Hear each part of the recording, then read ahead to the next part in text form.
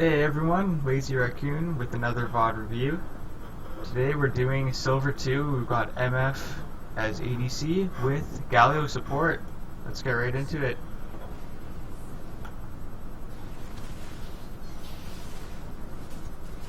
Basic red buff start. Looks like we're against a Teemo and Veigar. That's a new one. I don't think I've ever run across this bot lane duo.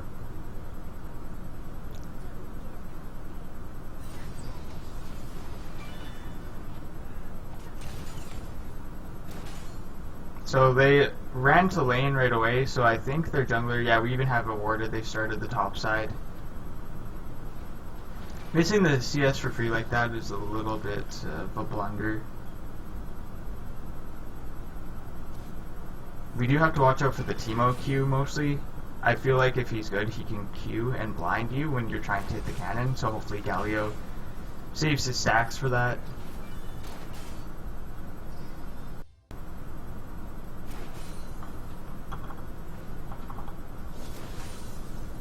Try and use your Q whenever you can to say these are low.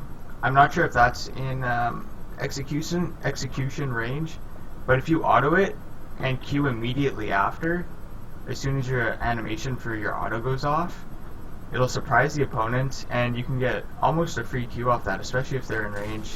That did end up working, so that was a good one.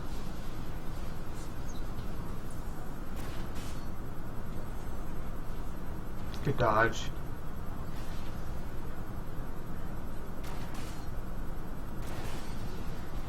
Veigar is pretty mana hungry, so I think we actually can out-sustain them pretty well here, especially if we can hold a freeze.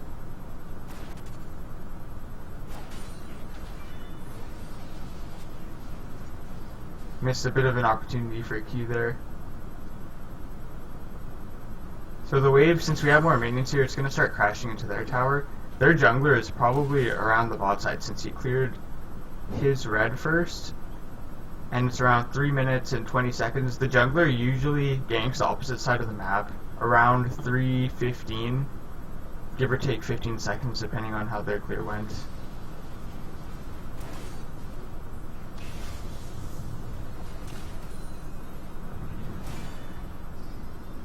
So we crash this in. We should try and get some deep wards since we're not going to be able to do anything here unless we go for some pokes.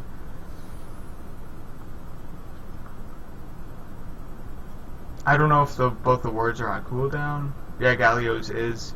We really should be setting up some wards right there because you're able to see both the blue and the gromp. And then if you get another one in the river right around here, you have this whole line covered. The only way they can gank you is if they come in through this bush and hop over. And you also have mid warded as well, so you're helping your whole team. He's probably getting scuttle.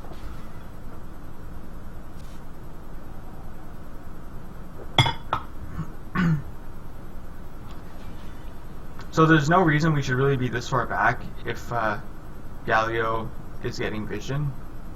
We're missing out on a lot of free CS here.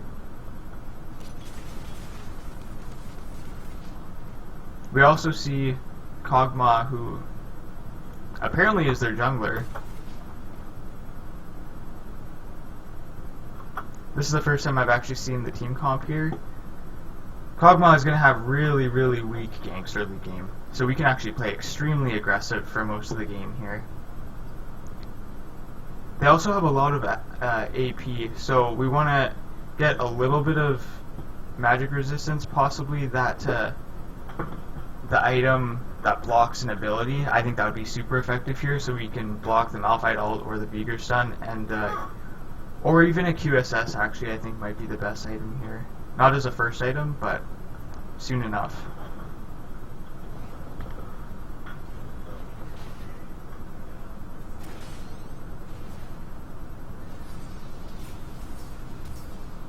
It looks like with the Malphite and Veigar, they're going to be wanting to go for a heavy burst and then dish out tons of poke AP damage at the same time.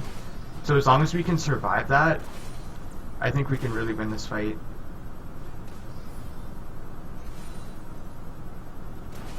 Once we get into... Ooh, that's pretty bad.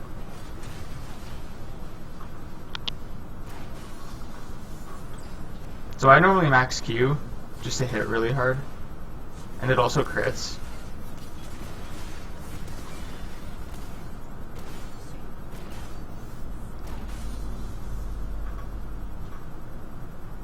One thing I like to do, as soon as someone blows their flash, look at the timestamp, and then once you're done fighting or trading, add 5 minutes to that and type it in the chat.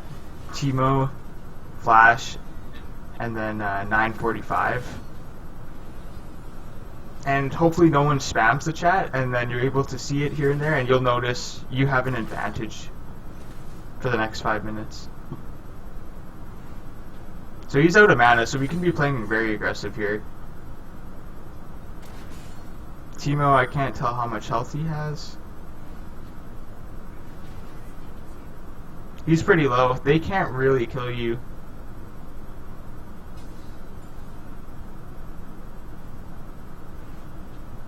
Good timing on the ward.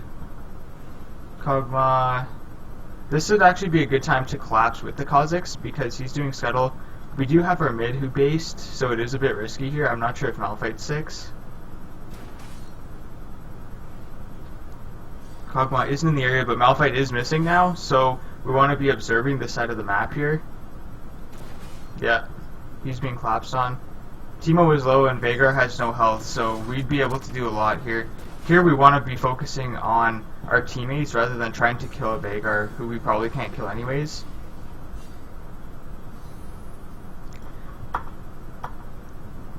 So in this case, we can see that Kha'Zix is going into a 1v2 against 2 mid or Kog'Maw, who's a late game champion, and Kha'Zix has a huge advantage early game. So we really, like, Veigar and Timo can't help if we go help Kha'Zix. So we can actually turn this into a 3v2 essentially, because we're almost full health, full mana, and Veigar with no mana and Timo with no health are out of the fight. So we can actually win this if we start making our way to help Kha'Zix. I think he was expecting you guys to help him. We also get the flash on Veigar.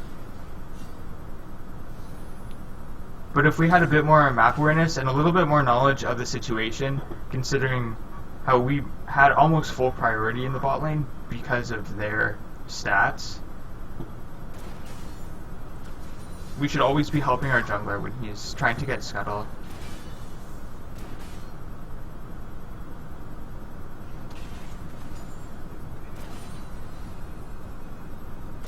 So we have 1300, we want to be looking for a reset here. I don't know the most effective build path on Misfortune, but usually a BF sword is one of the best backs you can get.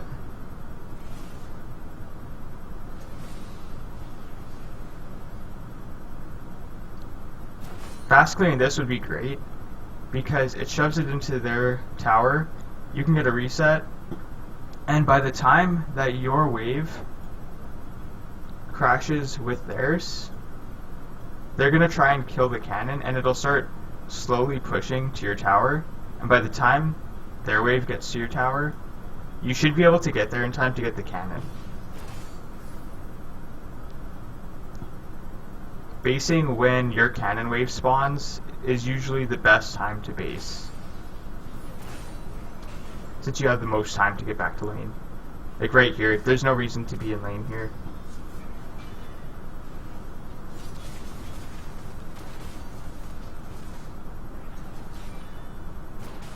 And since we opted in staying into lane, we're pretty much pressured to be in lane while they go for the dragon, because they may try and pressure dragon in the next minute.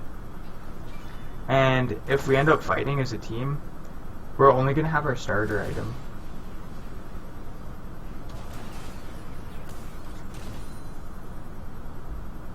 And this is a really awkward position here. Kog'Maw, like I said earlier, doesn't have much gank threat, so it's not that bad, but also Veigar is staying, and he has no mana.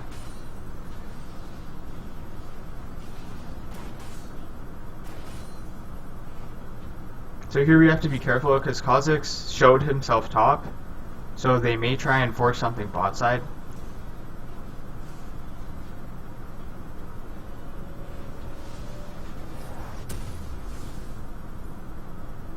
I would recommend basing a little bit further back, because if they do poke you out, because it probably was warded, it definitely was warded because Teemo was able to Q, it'll stall your recall by another 8 seconds, probably longer since you're forced to walk back, and you could miss out on, it could be the difference of an entire wave. So we get the BF sword, we get the refillable potions, which in my opinion is almost always a better buy than potions, because you're able to get a lot more value out of it because of the fact you can sell it for 60 gold when you're done with it, and it's only 150 gold. The only reason I would suggest buying more potions than a refillable potion is when you actually need 3 or more potions. But that's pretty rare. That would only be in the case of, say, Riven or Cat, where you need to sustain the early game to be effective. Galio getting in some deep wards, not quite, I think he's just looking around. Bot lane did base. We want to try and get priority here because, oh, we see Kog'Maw topside. I'm not sure if we noticed that. Anytime I see the jungler on the map, in any lane that I'm playing, I always ping it. I ping or I type.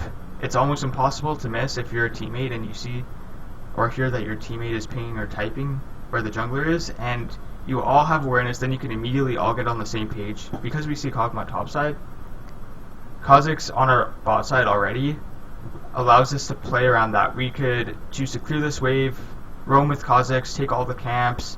We could run mid as 3 and 4-man the Malphite. Then we can go drag. There's just a lot of options we could do now because we see the Kog'Maw topside.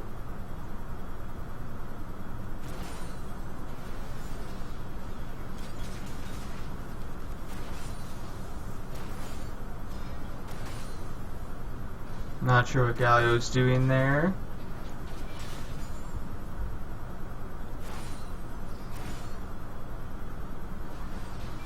So this would be a great time. I don't know if we've looked at the map at all. Trinimir's pretty low, but this would be a great time to roam. Kha'Zix is right there. I'm surprised Kha'Zix isn't looking at mid right now. We got the heal off. We got in range. We weren't able to notice the Veigar getting in range of us. It was a pretty bad fight. There was no reason to really even force a trade here. They actually... That was a bit of an overstep. Veigar got a huge stun. At this point, you pretty much are forced to flash, because if you don't, you're gonna get knocked to most likely a quarter health, and then you're gonna have to recall anyways. They played that super well. I think backing off to right around here keeps you away from Veigar. As we know previously, since the Teemo just had flash come up, we probably didn't notice that, but Veigar doesn't have flash, so if we flash away, we automatically survive this. And then we can ult.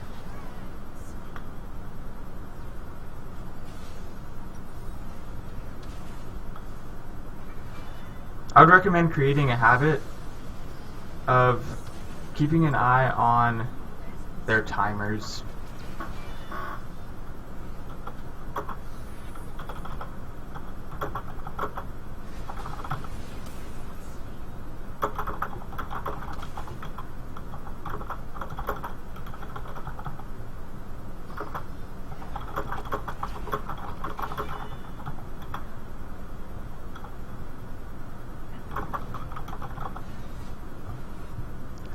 So, 10 minutes, Dragon's up. Kha'Zix is hovering. We can get priority here. Trinimir's coming back to lane. And it looks like we're actually getting a pick on Teemo. A little bit risky because their whole team was missing. But we should be hard shoving this and helping Dragon.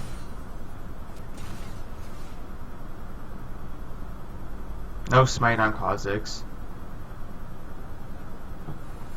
We can still get the dragon, in my opinion. Kog'Maw is really weak early.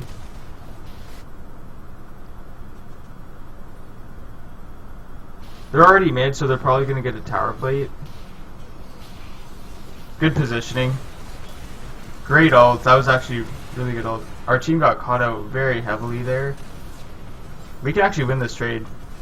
We saw a flash. Good dodge. I'm surprised the team got like absolutely blown up.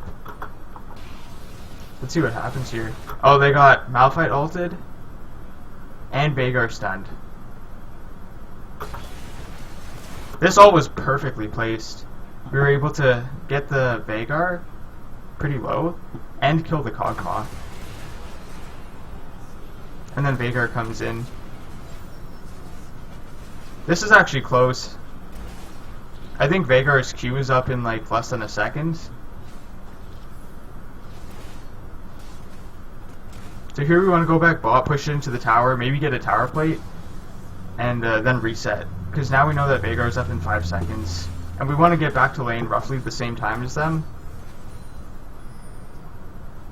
We don't really need to help that. Tryndamere should be able to get away.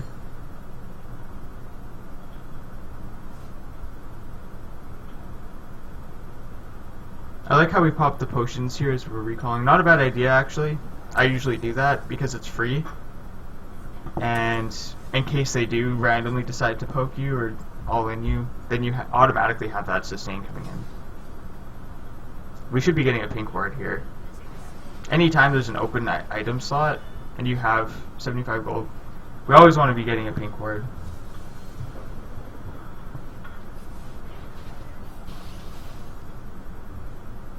So now that Kha'Zix is going on Dragon, they have that warded, so this is pretty risky. We want to immediately collapse.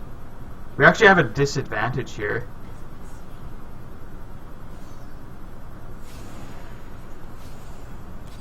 Following in on the Veigar, really good idea here.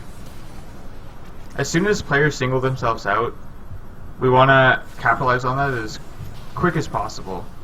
Because players in this elo heavily lack communication. They're usually not on the same page. So even if you're at a disadvantage, or if it's a 4v4, it can be a 3v1 and the other team won't even realize it. They'll think it's a 4v4, but if they're out by themselves, like when they try and pincer you guys, and you all collectively turn on one player before the rest of the team gets there, it was really a 3v1 or a 4v1 the whole time.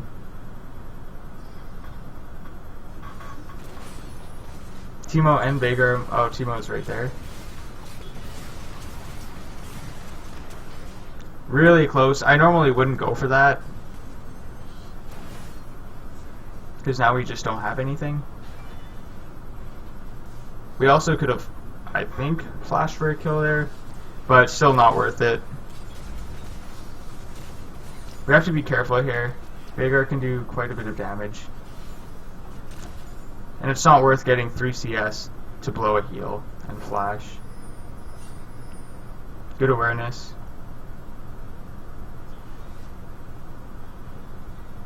Basing here would be fine, especially because they're, I believe, setting up a dive.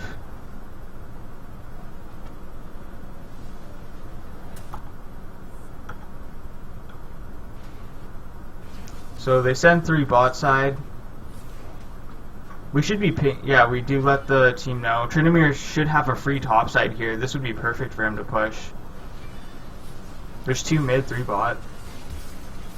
Not the greatest to fight here.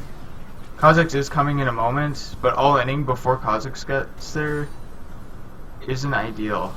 Now he does come, we want to be noticing that. I think we can slow the Veigar. Oh yeah, he's dead.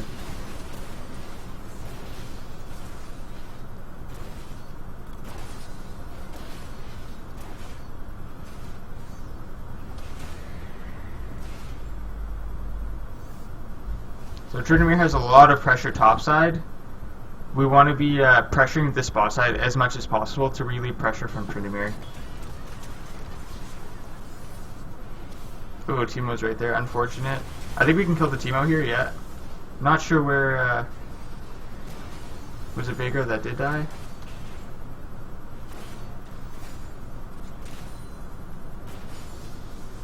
I think we could have flashed on the Kog'Maw with the double buffs earlier, but this is really good. They sent 2 topside to stop the Tryndamere push. He got all the way to the inhibitor. So now we can shove that next wave and steal their Gromp and then base. It wouldn't be bad to shove the next wave and take Gromp because there's no objectives we need to come back to right away. And we want to starve them as much gold as possible.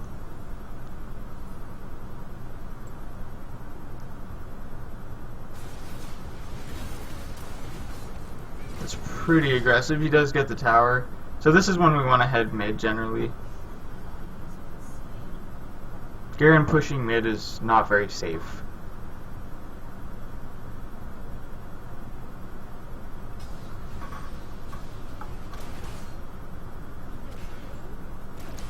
So I'm not sure when Dragon's coming up.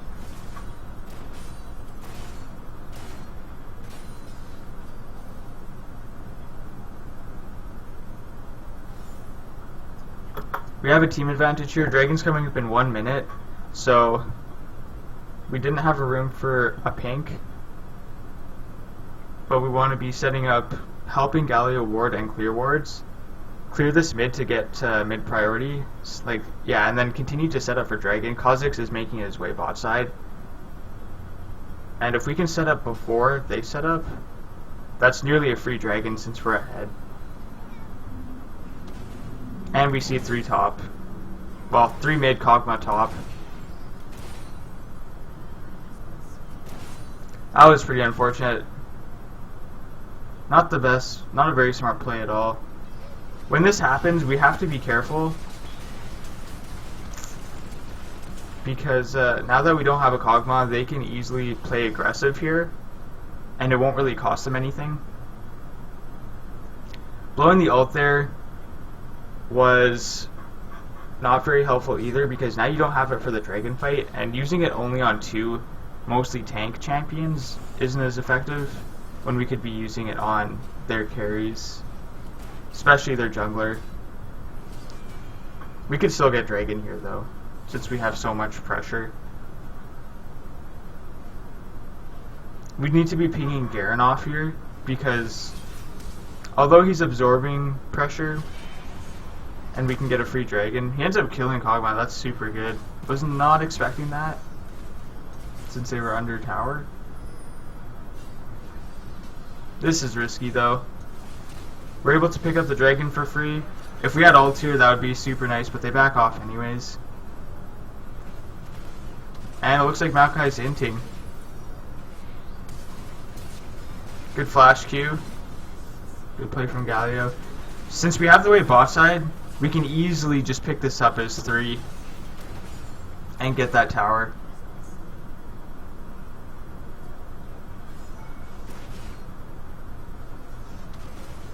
This is pretty good macro. Tryndamere going mid also is just as good as a play. We can't quite get the tower here. We might be able to for really quick, but they already have 2 showing. We want to just be getting out of there.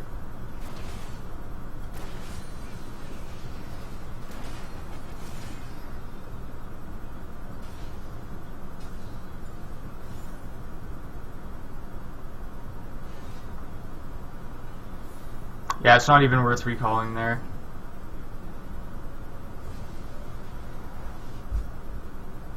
If this was warded, that would be pretty risky.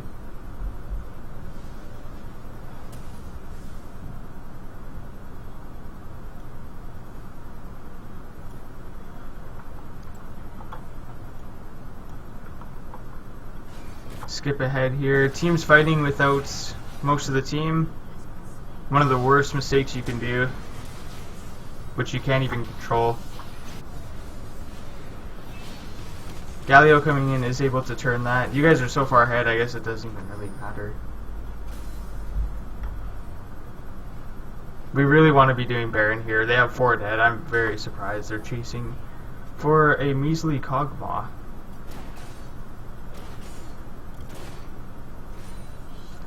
So we ended up missing out on the Baron. We can't do much else either, because we lost a lot of time to pressure. And now they're all spawning. The only thing we got out of that was mid tower, when we could have gotten the Baron.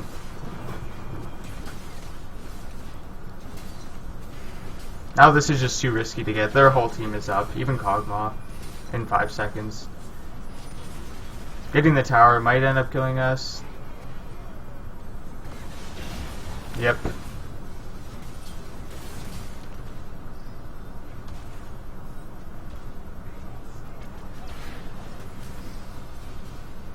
So 2v4 here, this is not a very good idea. Trinimir's pushing bot side. He's gonna get that tower. They don't even notice Trinimir pushing, I think.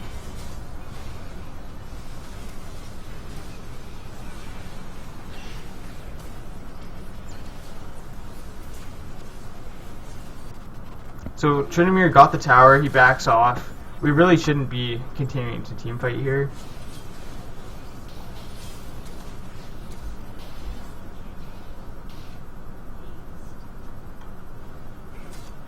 So this is great. Our lanes are pushed. We can get some free objectives. We can get almost the whole map. That was really weird.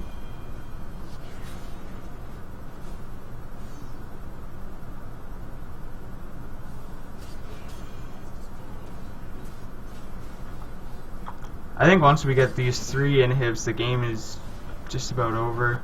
I don't think they can even come back from this. All we should be doing now is, yeah, since the whole team is kind of resetting, Dragon's up. We want to get a couple camps, work our way to Dragon.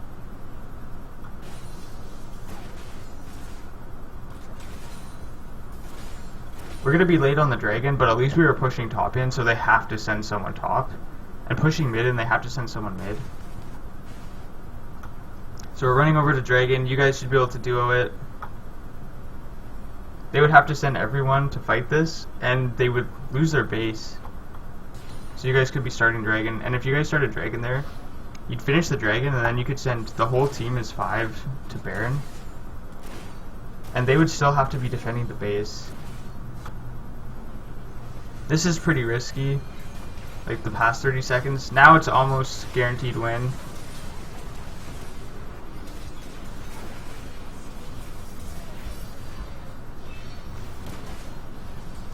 At this point, just hit the towers. I've lost games because we low-key inted by trying to fight rather than just hit the free towers. We think it's a win, but I've lost many games from that.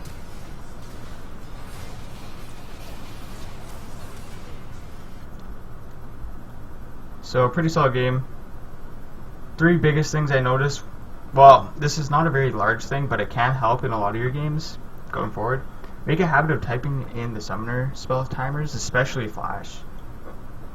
The other summoner spells, not as much, but Flash, if you just type in, it's like, all you have to do is add 5 minutes, and then you can get the timer. And then you know exactly when they don't have Flash. You can tell your jungler, hey, no Flash for 5 minutes on this champion. He's going to start playing around your side, hopefully, and you'll have an advantage getting dragons and whatnot. If you don't type it in chat, you really don't know when they have the Flash back up. And it allows your whole team to know too. So the other one is map awareness. Try and ping as many, like, every time the jungler shows on the map. And we didn't really have any awareness of what our own jungler was doing. And it would have changed the early fight. And since Kog'Maw is so weak, we could have easily turned a lot of the fights. I didn't see too many team fights. Using the ult when they still have their CC up, like at the end there, is kind of troll because they can cancel it pretty easily. I think it was a free win at that point, but still, it's just little things like that. And then recalling when you have a cannon coming, especially when you have 1300 gold for a BF sword, is one of the best times to base. Because now you're going to come back with full health, full mana, and have a lot more damage for when around the 13-minute mark, even earlier, when your jungler's going to want to come to bot side and play for Dragon and pressure Dragon. You guys had a huge early advantage because there was a Kog'Maw jungle. I think I've never really seen that, so I'm very surprised that was even a thing.